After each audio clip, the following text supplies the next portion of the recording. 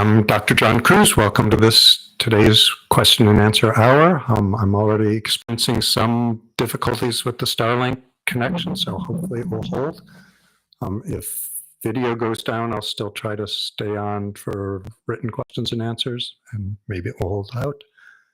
So there's only one video to review today. So in addition to questions on that video, I'm open to questions on ADHD in general and on mental health more broadly. And a reminder that the information here is intended as information. It's not specific recommendations. You should make any medical decisions in consultation with your medical team. And one other reminder, I'll be back next week at the same time and place, but 2 weeks from now, on the 26th, I will be presenting a webinar for Attitude Magazine on stimulant medications, different aspects of that, and that's broadcast at exactly the same time. There is a link to sign up for that in advance. That it's a free event. I think you can also just check into that at the moment, and Max has just provided that link in the chat. So I'll review the video and then try to get to the questions. So the video this week was on iron and ADHD. The simplified summary is that iron is the most abundant element on planet Earth. Most of it's in the core of the Earth. So it's only 5% of the surface of the Earth, and it's way less than that of the human body, but it's essential for it's essential for conveying oxygen around our body and clearing carbon dioxide away from our body and hemoglobin. That's where 3/4 of our iron is found in that molecule, but it's also essential for a bunch of other biochemical interactions in humans. Particularly, it's an essential component of tyrosine hydroxylase. And thank you for Ken Hayes for correcting my video. I think it's at 328, where I say tryptophan is converted by tyrosine hydroxylase into dopamine and then into norepinephrine. It's actually tyrosine. So one, essential for making dopamine and norepinephrine. Two, it's involved in myelin synthesis. So that's the insulative layer made by oligodendrocytes to insulate axons so electrical charges can move faster. It's not a cofactor in monoamine oxidase, but it's essential for MAO being made. And that's important for breaking down neurotransmitters.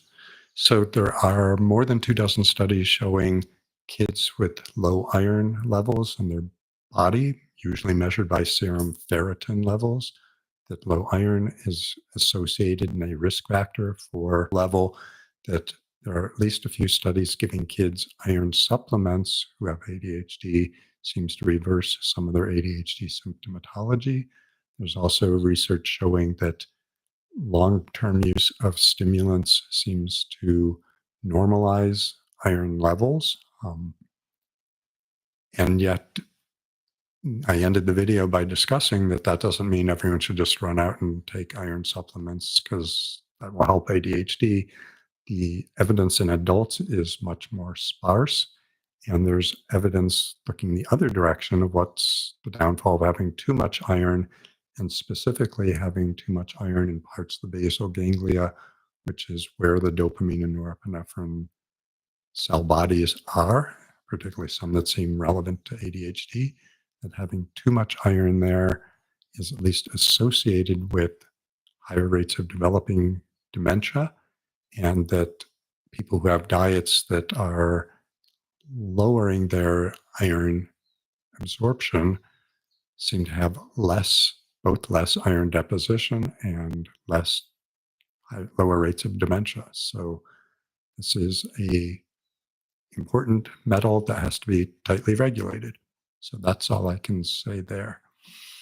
So I see there's a bunch of questions, so I'll try to start going through them. So Gabriel T asks, how can I increase GABA in the brain? And does too much fat create ADHD-like symptoms? We found out in my experience that fat people tend to be very emotionally dysregulated. Um,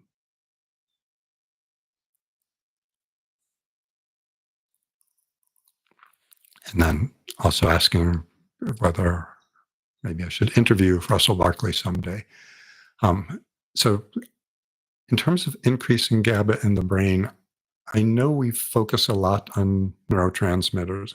So a couple things. Neurotransmitters like serotonin, dopamine, norepinephrine are tiny, tiny systems in the brain, each making up less than 1% of the nerves.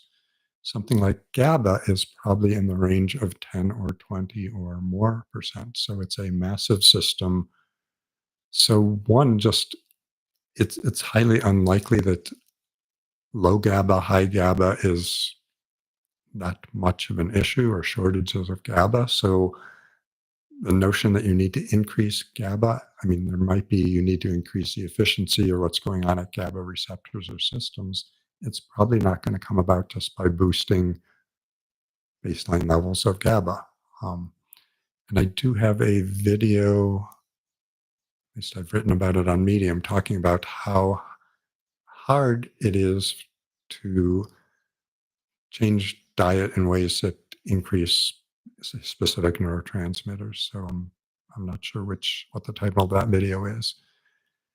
In terms of does too much fat create ADHD symptoms, and I will try to be sensitive to people who are triggered by talking about obesity, overweight, or other symptoms. So back in the 60s, 70s, when ADHD was first being described, there's a little bit of data and a lot of clinical evidence that the typical kid with ADHD was a thin, wiry boy, hyperactive boy.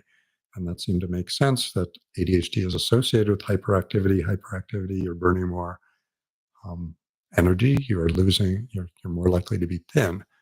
Most of the data in the last 30 years, as Americans in general have increased their weight and rates of obesity, is that in general, and this is a generalization, people with ADHD are actually more likely to be overweight, more likely to be obese. And some of the evidence suggests, or correlative evidence, this doesn't prove its cause and effect, that people with ADHD are more likely to spend lots of time in a sedentary activity, less time in organized sports activities. That doesn't mean there aren't plenty of exceptions to that, people who are continuing to be hyperactive and slim or even underweight. So I don't know of any evidence sort of the other direction that being overweight or being too much fat creating ADHD like symptoms. My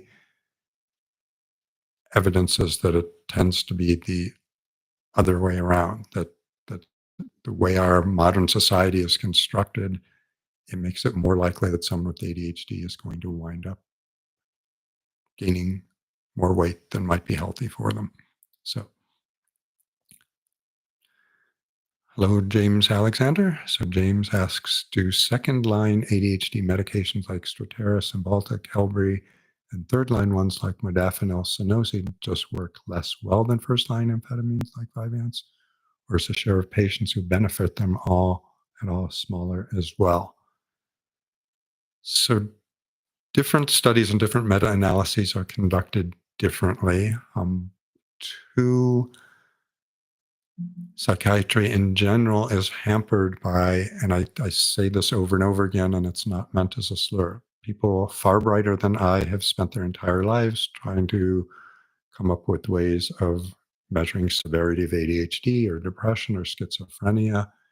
I'm not saying the systems we have are useless. I'm just saying that they are missing a lot and maybe not capturing all that's important or essential, and certainly are less useful in some respects than measuring body temperature. We know whether someone has a fever or not pretty clearly.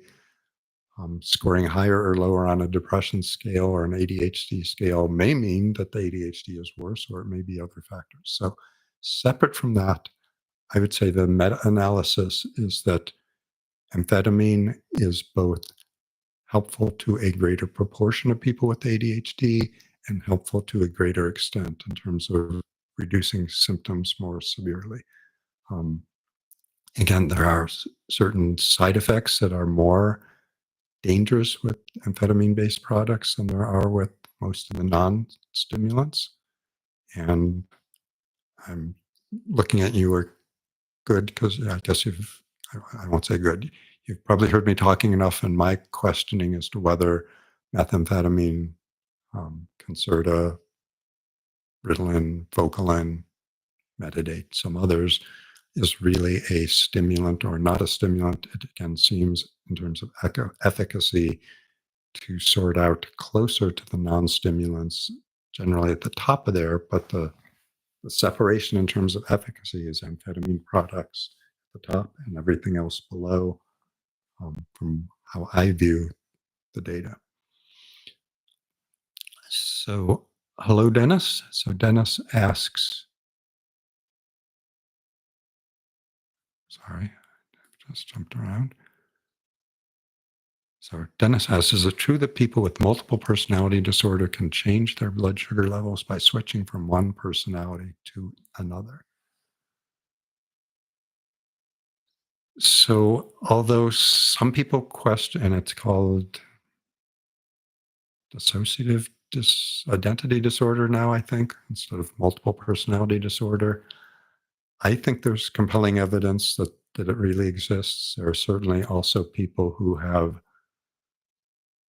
probably have pseudo dissociative disorder, who are learned or trained to adopt that. So usually with dissociative identity disorder, it seems to arise in people with substantial, severe childhood trauma, where dissociating seems to be a strategy to avoid huge amounts of pain and distress, and that results in different aspects of or different persona characteristics, personality that can be in charge or the primary conscious entity at a different time. And often these different, and I usually call them aspects of the individual personalities, may not have much existence of the other. And dissociative, in terms of just not being aware of where time went or what was going on, seems to be the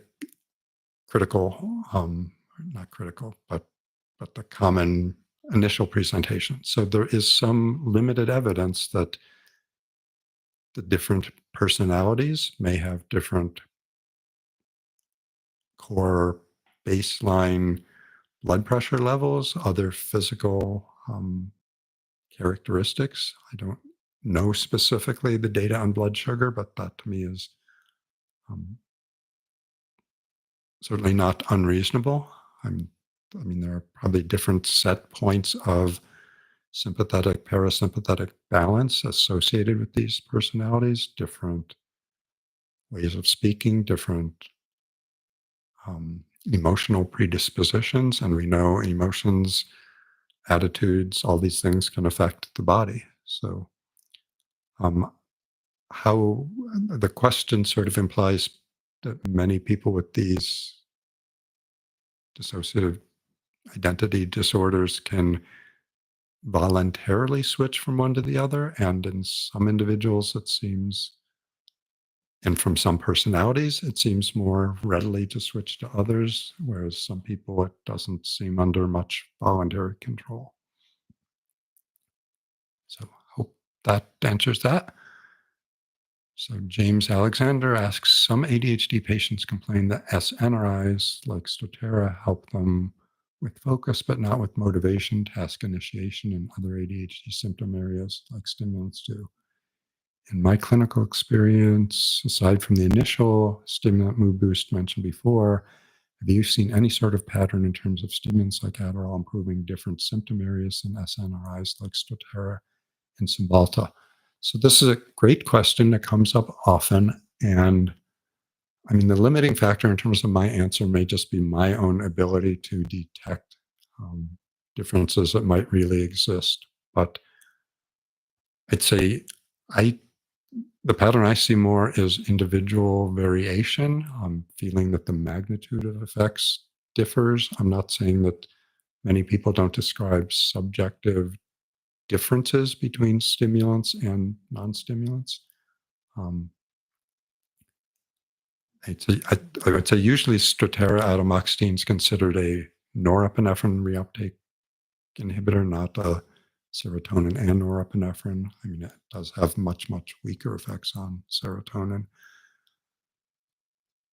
So I know there's people out there who separate out motivation from actual executive cognitive ability to focus, concentrate, organize material. I just haven't felt that I could see consistent, systematic, symptomatic differences as effects of these drugs. I'd see more individualistic differences and in general a strong, bigger effect from amphetamine-based products and smaller effects. I mean, I've certainly seen people who felt completely adequately well treated by Wellbutrin or Strattera or Symbalta for their ADHD. And there was some interesting study. It was a Brown University group. I'm forgetting, looking at modafinil. I mean, they were trying to tease out motivation versus actual executive function performances on tasks. And in their study, I'm forgetting the design where they cleverly had different tasks, they felt that modafinil had less impact on motivation and more on actual performance of cognitive executive functions, whereas the stimulants were actually more affecting motivation. But that's one study which don't think has been replicated since. So again, Max included the link to the Attitude Magazine webinar in 2 weeks.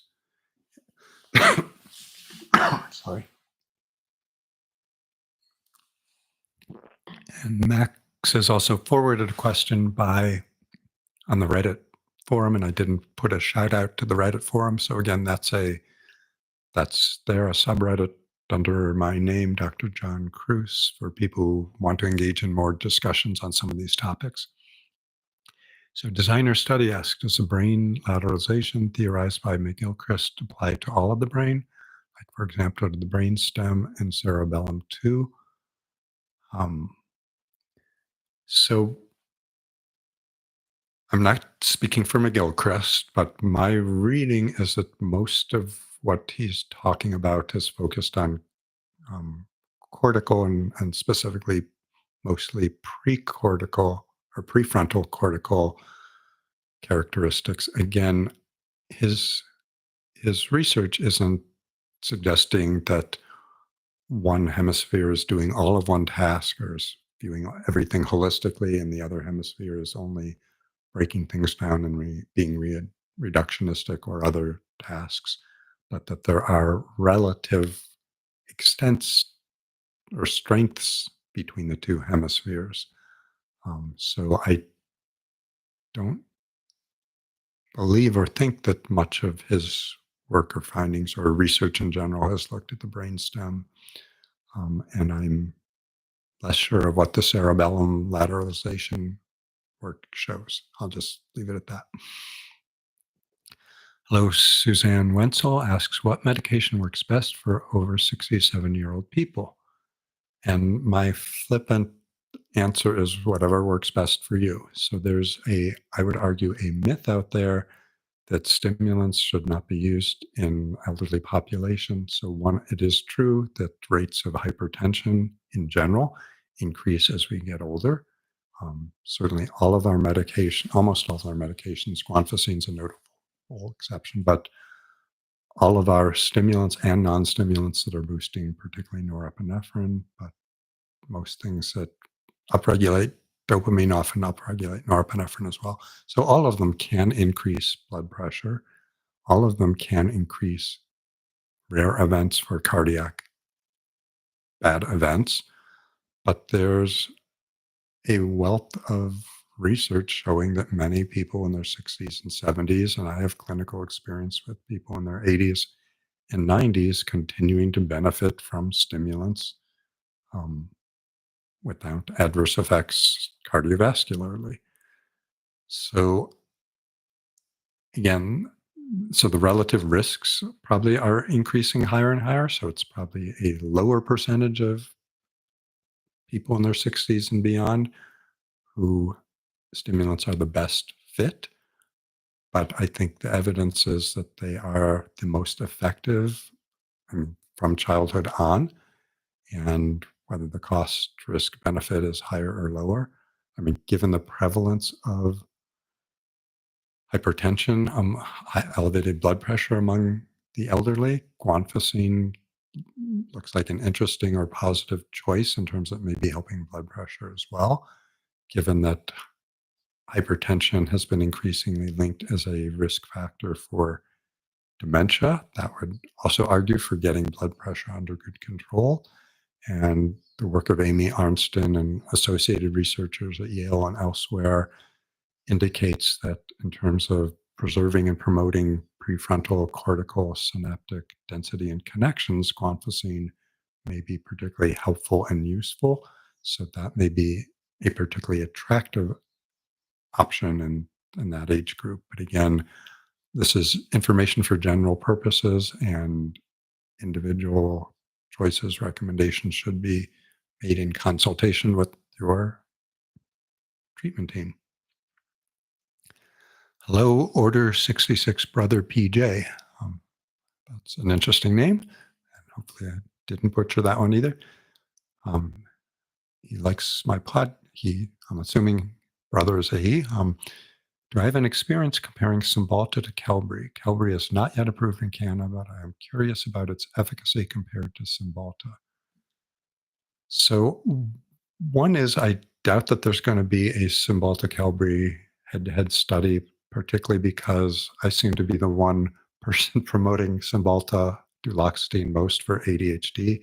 I do that because its norepinephrine reuptake properties seem to be as robust as Strattera's, and not just in my hands, but in many, many clinicians' hands or patients' brains or minds. Symbalta is clearly much better tolerated than Strattera, and you can start at an effective dose. So there's at least one study comparing Strattera to Qelbree, and it was not a fair head-to-head study. It was people who had already been started on Strattera. Reading into it, it could be that many of them were unhappy with Strattera and were switching. But in this study, something like 90+% preferred Qelbree. Viloxazone, I'm going to get that wrong, I think. Preferred it to Strattera and seemed to get better effects, and were, if they were simultaneously on stimulants, able to reduce their stimulant dose, which maybe they hadn't on that amoxetine Strattera. So in terms of my direct experience, I stopped taking new patients when I moved to Hawaii. So I have many fewer people who are new and wanting to try something new. So many of the people I'm working with, so I have a very small base on base of personal subjects. So I have more input for people who've written in response to my videos.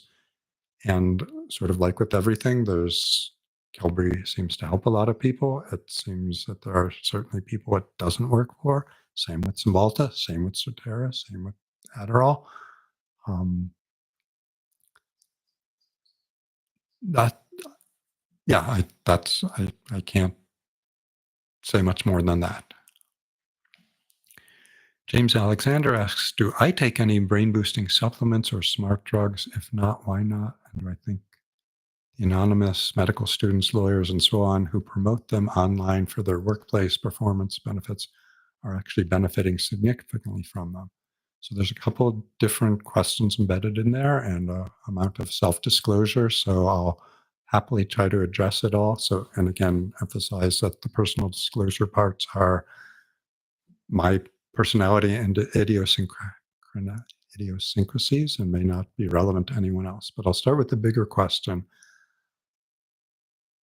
One is on a lot of these substances, there's one or two clinical studies or not, or there's a bunch of basic science research suggesting dopamine levels may be enhanced or rats perform a maze better on these substances.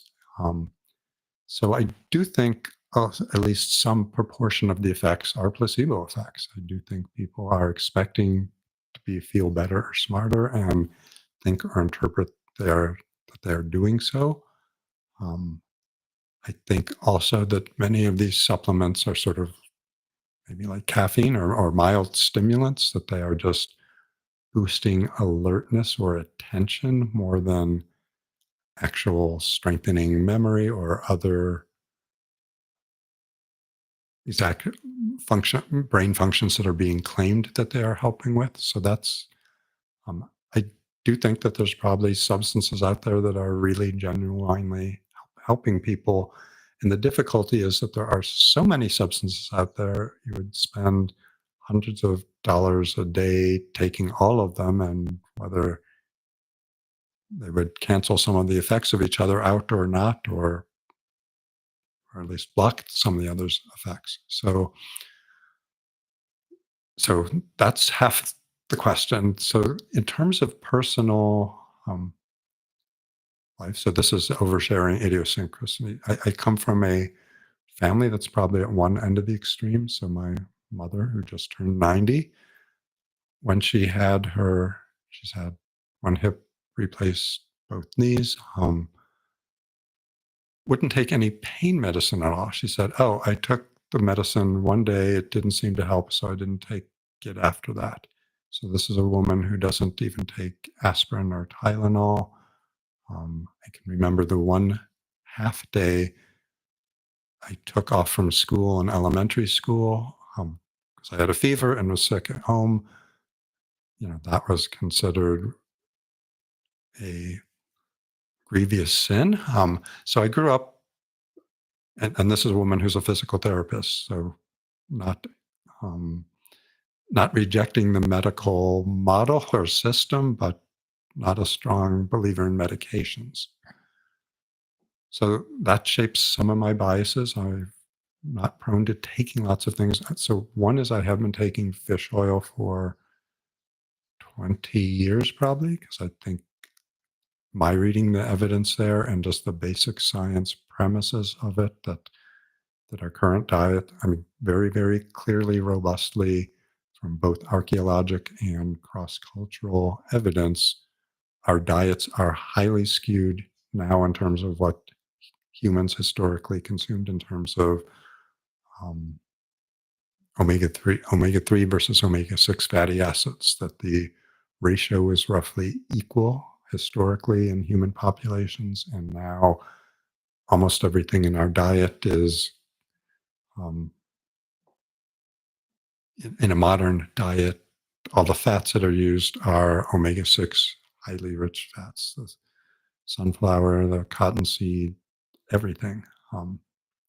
And again, what happens to omega 3s and 6s is important in terms of membrane flexibility and receptor performance there. And it's also important for which types of prostaglandins we make, and that omega 3s do seem to have immunoregulatory action. The prostaglandins, where omega 6s probably are promoting hyperinflammatory states. So I take fish oil. I also, and I'm forgetting his name, there's a psychiatrist who's sort of holistic. One of his books are there. I've been taking a supplement that has some amount, low level, 5 milligrams of lithium. It also has some B vitamins, so I think there's some evidence there. There have been times in the past, although I do a lot of running and walking. I've run 100 marathons, but most of that was before the sun comes up. So I have been vitamin D deficient at times. So at times I've taken vitamin D supplements. There's actually some data that questions whether vitamin D supplements are actually restoring everything that whatever is deficient in your life led to a vitamin D deficiency. So that's what I'm taking. And again, that doesn't mean there might not be things out there that would truly, really be helpful and valuable. It's just I probably have a higher threshold for showing that they really work. Um, there, so that's my answer for that. Max asks, forwards another question by designer study. If the corpus callosum has mostly an inhibitory effect, then how do the brain hemispheres share any information at all? So again, part of it is mostly versus. So the corpus callosum is the white matter fibers that are connecting the two halves of the two hemispheres of the brain at the above the level of the brain stem. And there are millions and millions of fibers in there. And although the majority of those are inhibitory, that still leaves a few million to have excitatory effects. So there's no deficit in the ability to share positive information or convey information. And I would say, inhibiting a reaction is information in and of itself. So that's how I would answer that. So thanks, Max, for bringing up the reference to the stimulants and cardiovascular risks in the elderly. And Dennis is asking, how effective is Equisim XL, which is methylphenidate 8-hour capsule, compared to Concerta 12-hour tablet? I might be traveling to Egypt where Equisim XL is easier to get and prescribed than Concerta. So this is an area where my general stance has been that there are increasing numbers of different formulations with slightly different time release abilities, durations, unipolar or unitary peaks versus biphasic release. My take is that use what works for you and what you have access to.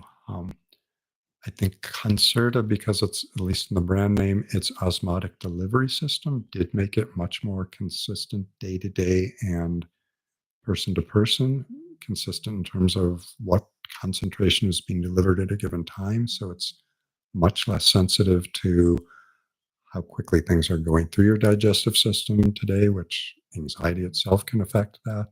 Much less sensitive to acidity in your gastrointestinal environment. So that's why I liked Concerta, and because patients very consistently felt it had a regular, reliable onset and duration of action, and again, more consistency or higher preference to others. But that doesn't mean other formulations may not work. I mean, clearly some work better for some people than for others. So I just don't have direct enough clinical experience to evaluate Equisim versus another. I will address there's a fair number of people on long acting forms of medication who do take these medications twice a day. Twice a day, despite how modern formularies and pharmacy systems tend to lock you in, doesn't mean you should be taking a drug 12 hours apart. So many people take a long acting form first thing when they get up and then take a second dose just before lunch so that they have more even distribution through the second half of the day and yet are able to fall asleep at night because not too much medication is left then. So James Alexander asks, and I'll reframe one word for my patients with very severe ADHD, rather than bad. Does anything stand out to you about what medications they respond to and how well they respond to them? Do their symptoms tend to be more medication resistant? So I'd say two things that I've highlighted before, and I'll highlight again, is that medication is never the complete answer for anyone with ADHD. And my simplistic framing is ADHD is at least as much a wiring issue as it is a neurochemical issue. I mean, those are different levels of looking at what's going on with humans and other organisms. Um, so I've worked with many people who medications help them function much better in society, either academically or job wise or socially. And virtually all of them still were aware, or at least the people around them were aware, that individuals still retained some amount of their ADHD symptoms. I think there's a positive aspect to that because many people are feeling, oh, I take Adderall and it will destroy my personality, my creativity. I won't be me. I'd say probably with overdoses, that's a possibility, but I haven't seen people who were adequately medicated who felt that they were changed for the worse or became a different person. So I'm getting off topic a little bit there. So,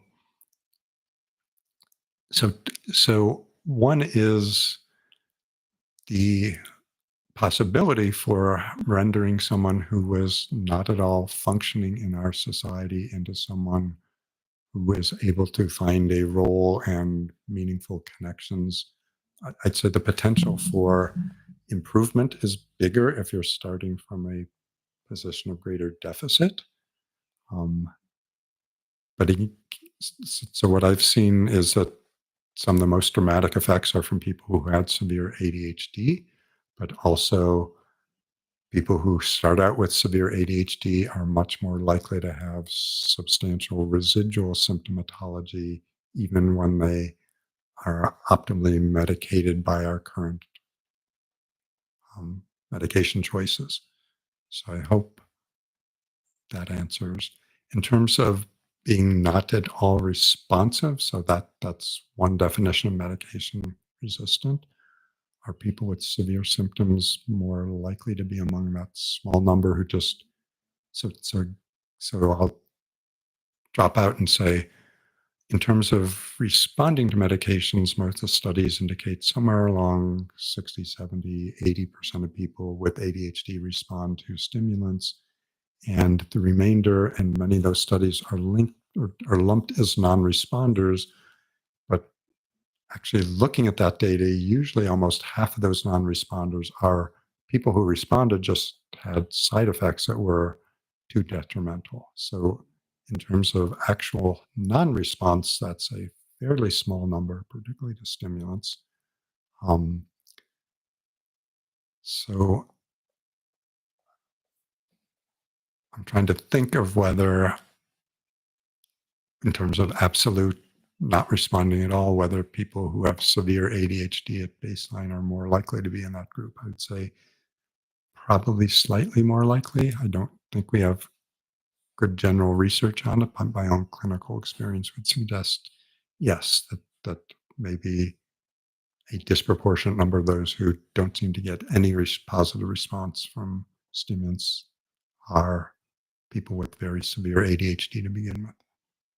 And again, that may well be very clearly almost all of our psychiatric conditions are a multitude of conditions that are lumped together. And when we figure out, when we figured out that neurosyphilis could show up as psychotic symptoms of depression, then that no longer becomes depression, it becomes neurosyphilis. So um, my guess is in the future we will continue to whittle away at ADHD as we find more, things like long COVID contributing to it. I think the way the future should go, at least the near term future, not long term, is again defining or identifying ADHD as a cluster of symptoms related to deficits in executive functions and centered in prefrontal cortical circuits, and whether you get there from brain trauma, whether you get there through heavy genetic contribution and it shows up in childhood. I think the evidence to me is compelling that biochemically, response to medications, symptoms, effects on longevity and life. Similarities are so great that we should, again, consider that an entity or a treatable unit there. Hello, Neospios. Greetings. Thanks for the well wishes. And Neospios is sharing that from their experience, consistent creatinine intake has improved general mental well being, but not specifically ADHD. But they're very glad that they're taking it. So, creatine has been around for a long time for particularly bodybuilders, muscle builders. I've been seeing increasing comments on people taking it for mental health aspects.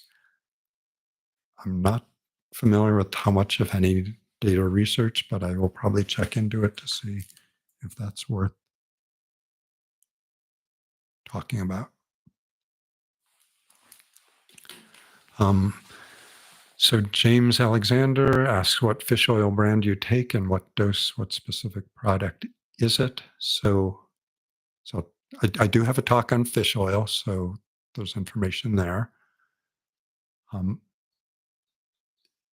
One big question is that there is one, I'm trying to remember, I think he's either a Harvard or Yale researcher who's written a lot about this and who makes his own patented formulation, which is, I believe, a pure EPA brand.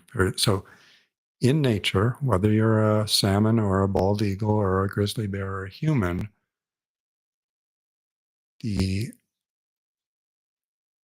there's about a 2-to-1 content in your body of EPA to DHA. So these are two different fatty acids, omega-3 fatty acids. EPA is eicosapentaenoic acid and DHA is docosahexaenoic acid, and those big words refer to eicoso. Dodeco is 11 and 12, I think, in terms of where certain double bond. Anyway, I think Mother Nature, and I've used this line before, is probably smarter than any Harvard psychiatrist, even a good researcher. And what exists across nature probably is what we should be trying to emulate or replicate rather than just boosting one specific compound. So particularly neglecting DHA doesn't seem to make much sense to me, given that it's particularly the DHA that's enriched in nerve cell membranes. So what I take is something that has a close to 2-to-1 EPA to DHA ratio and targeting a little more than 1,000 milligrams of EPA a day.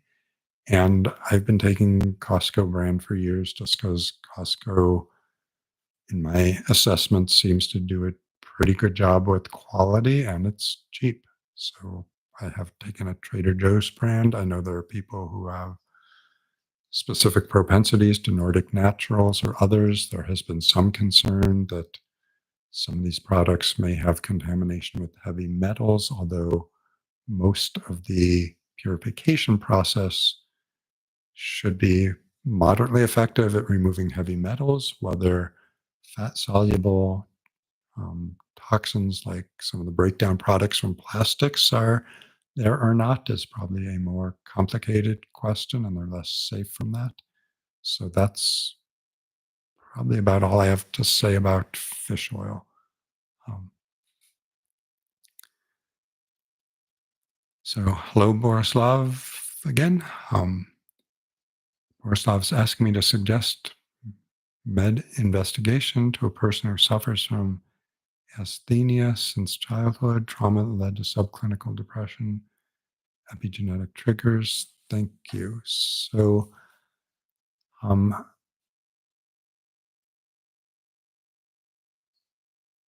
what lab tests would make sense? Again, these are general informational, not specific recommendations.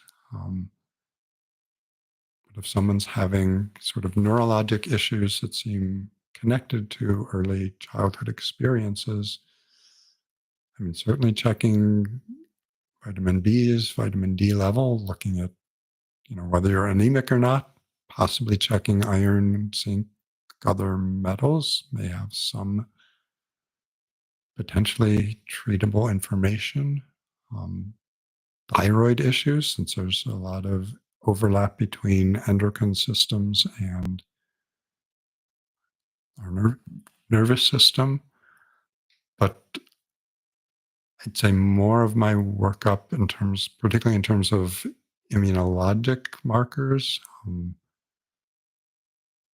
would probably be related to what specific symptoms or symptomatology or what else has been done previously or what that person seems to have responded to or not. So, hello, Blue Basset, and I should say thank you all for questions today, and it's good to have both familiar, and I won't say faces since I haven't ever seen your faces, familiar names and some new names sprinkled in. So, hello, Blue Basset. How does magnesium-calcium balance work at the synapse in the brain? How would taking a magnesium threonate supplement that crosses the blood-brain barrier affect this? And would the effects always be positive for ADHD or do downsides exist? So I do have a video on magnesium for ADHD. I mean, most commonest downsides of magnesium supplementation are due to magnesium that isn't well absorbed and is not crossing the blood-brain barrier, isn't even crossing the digestive system barrier into the bloodstream. So magnesium hydroxides, which are used as laxatives, are not penetrating there. In terms of what I've seen clinically, some people have clear and robust positive responses to magnesium. And it's interesting that in terms of symptomatically, although it helps sleep for many people, and most people I've worked with take it at bedtime, can both help with sleep and seem to help with daytime clarity, focus, attention, energy the next day. I've certainly seen plenty of people who didn't experience or see any benefit.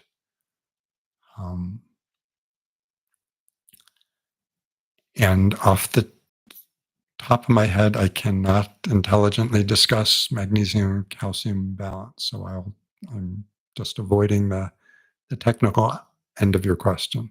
But I read it, I'm acknowledging it, I'm just saying I can't comment intelligently there. So hello again, Mr. AKA.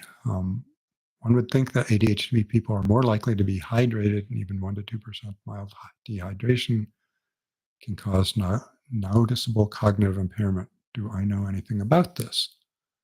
So I would support the contention that just being both less attentive to time, less attentive to interoceptive clues, and there's only a small bit of empirical evidence, but just clinically, and it's not that people with ADHD are always completely oblivious to their bodies, but they do seem to be missing cues from their bodies more often. So again, not noticing they're hungry till it's been hours after a meal.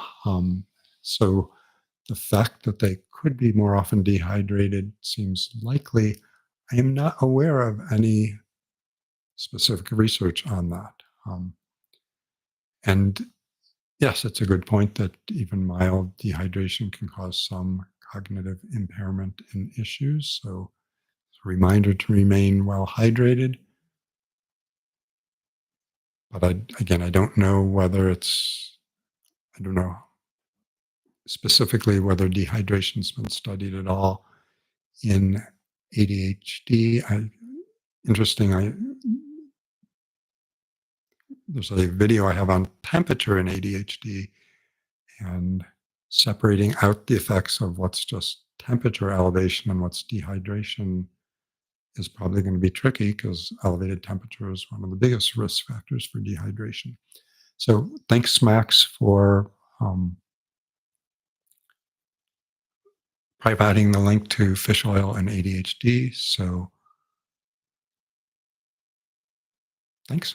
Um, Frizon asks, have I ever done a discussion on zinc? I would love to hear your thoughts. Searching your history to see if it's there. Um, I think it's a portion of a video where more of the discussion is on magnesium.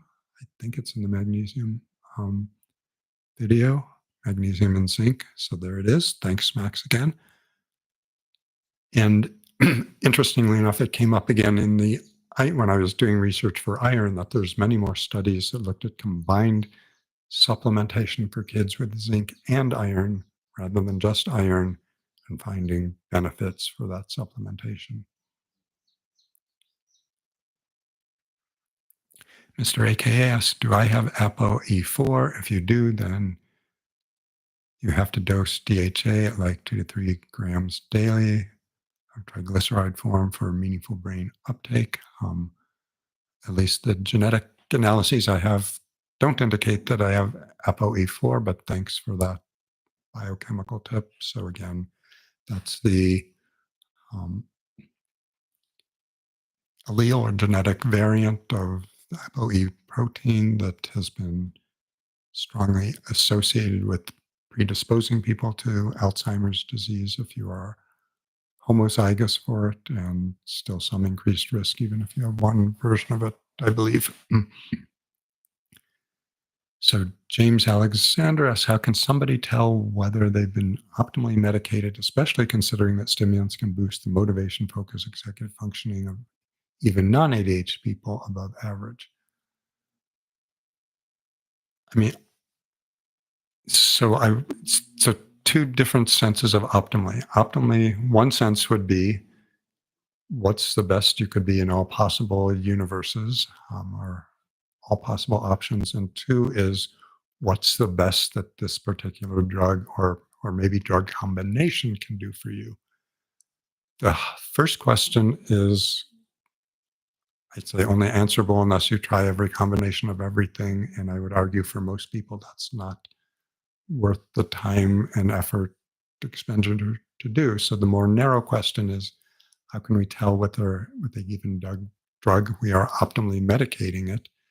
And the principles I would say is, one is try to have quasi-quantitative measures of how well you're doing. So again, it could be ADHD symptom score um, tallies tests, but more often I try to get people to focus on objective measures in their own life. Does it take you an hour and a half each morning to plow through all the emails in your inbox because you're distracted by X, Y, or Z, and now on medication you can zoom through it in 20 minutes? That's a measurable or improvement. Or whether you really can't sit down to read a magazine article longer than 6 or 7 minutes, but on the medication you can read book chapters or long articles for 25 minutes or 3 hours. That's a measurable improvement. Yes, are there variability in terms of how alert or interested in the topic, how well it's written, X, Y, or Z, but so there's always some subjectivity. So one, trying to find an objective measure of how well you're doing. And then two, the commonest titration schedule is keep keep going up as long as you're continuing to see increased benefit. So even if a given dose feels like, oh, I'm doing really well, many doctors, I'd say there's some people who are particularly cautious and just don't want to take more if it's working well. But to assure or to guarantee that we're at an optimal dose, then you would actually have to, go up another notch, another step, another dosage. And if you're not seeing any improvement, okay, we've got a plateau. That probably is optimal. Or maybe you're even doing better than you anticipated. And as long as side effects aren't a problem, then it makes sense to keep stepping up until you are no longer seeing improvement. Um, and it may be useful to periodically step down or step up, to vary the dose, just to double check that where you are now is optimal for you. So I don't know if that answers that, but that's my general strategy.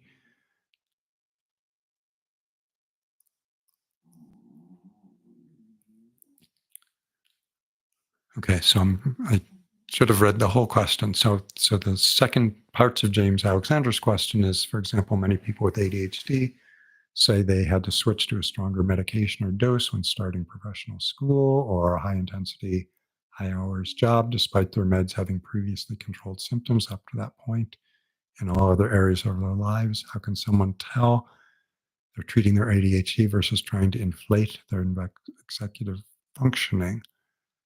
Um, so part of that is going to depend on how we're framing the question and how we're, but it highlights that ADHD is never purely just biology. It is always the human brain interacting with a specific environment, and different environments both pose different demands and provide different amounts of structure, support, encouragement for those executive functions that are hard to supply themselves.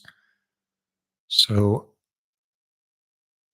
are there cases when people keep increasing medication to try to conform to unrealistic human expectations?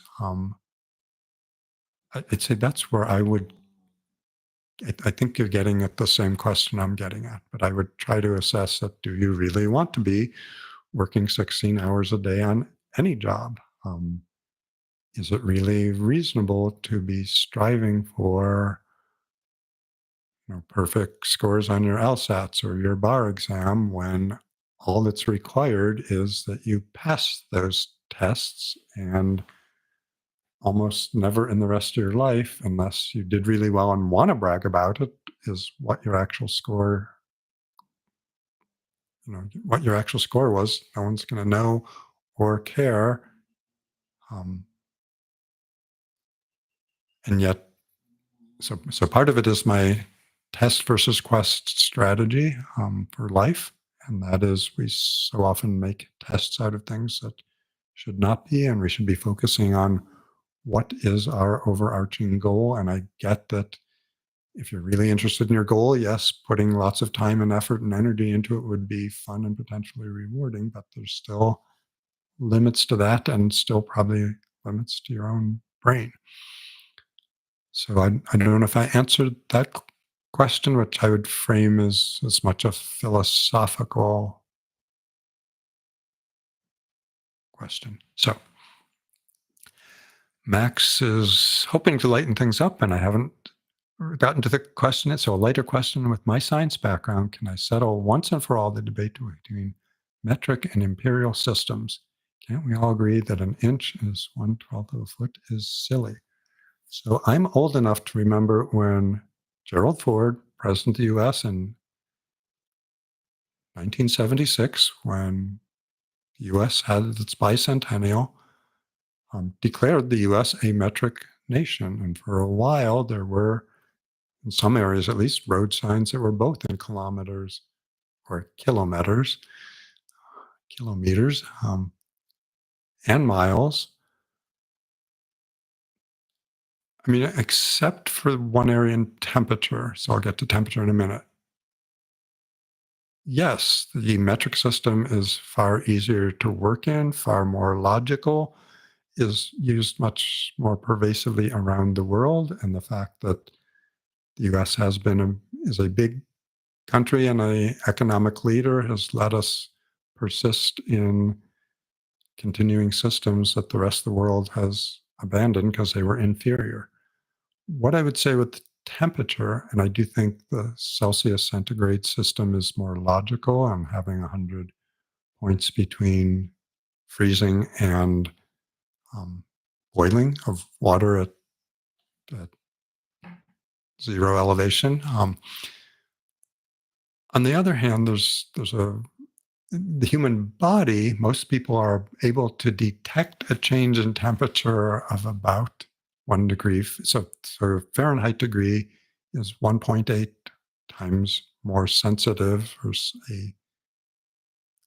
getting to a Fahrenheit degree is a smaller measure than a centigrade degree. And again, it's a factor of 1.8 difference in size. But given that humans are sensitive to that, we should probably be more consistent in giving centigrade temperatures to the 0.5 rather than to the rounding it just to the nearest centigrade, because we're losing information that humans are actually sensitive to. So there's my answer there to your silly question. I probably over scientized it and maybe politicized it. So Max, thanks for forwarding or posting the link to the global warming or the temperature and ADHD link. And I'm seeing we're at 11, so I'm going to try to wrap things up quickly. James Alexander asks, what have been the advantages and disadvantages of having your own private practice as a psychiatrist? Is there anything you would have done differently during your psychiatry career in hindsight? This is again oversharing. So I had a wonderful boss. I had a jerk of a boss. So I was my own boss. I could set my own hours. I could set ridiculous hours. I could. Yeah, I think in general I was a good boss to me, and I liked working for me with me. There's lots of other issues.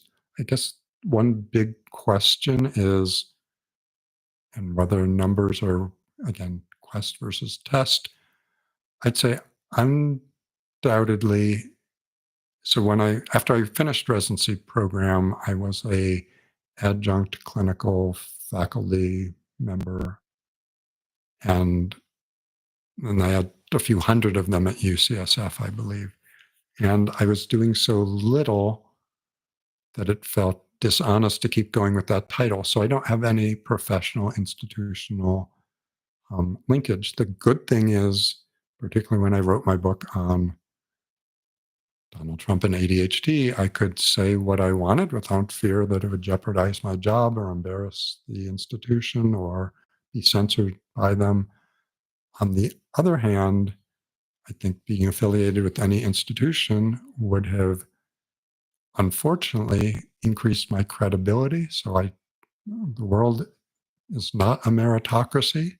Um, I think in general I have good ideas. I have ideas and can present some of them in ways others haven't. And finding an audience, I think, has taken longer just because of, of how I engineered my career there. So thanks, Max, for again putting in a reminder and a link to the ADD webinar, Attitude Magazine webinar in 2 weeks from now on medications. So Snapper Channel asked, do I think clomipramine can be a second-line treatment for ADHD? It's not one I would like at all. So clomipramine is a tricyclic with very strong serotonin reuptake ability. I'm not even aware how strong its norepinephrine or dopamine ability is. Most of the tricyclics at least have some impact on those others as well.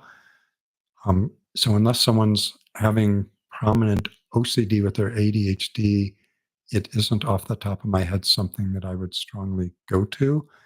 All of the tricyclics have certain big advantages. They're all fairly dangerous in terms of overdose. So they have effects on sodium channels that can lead to dangerous arrhythmias.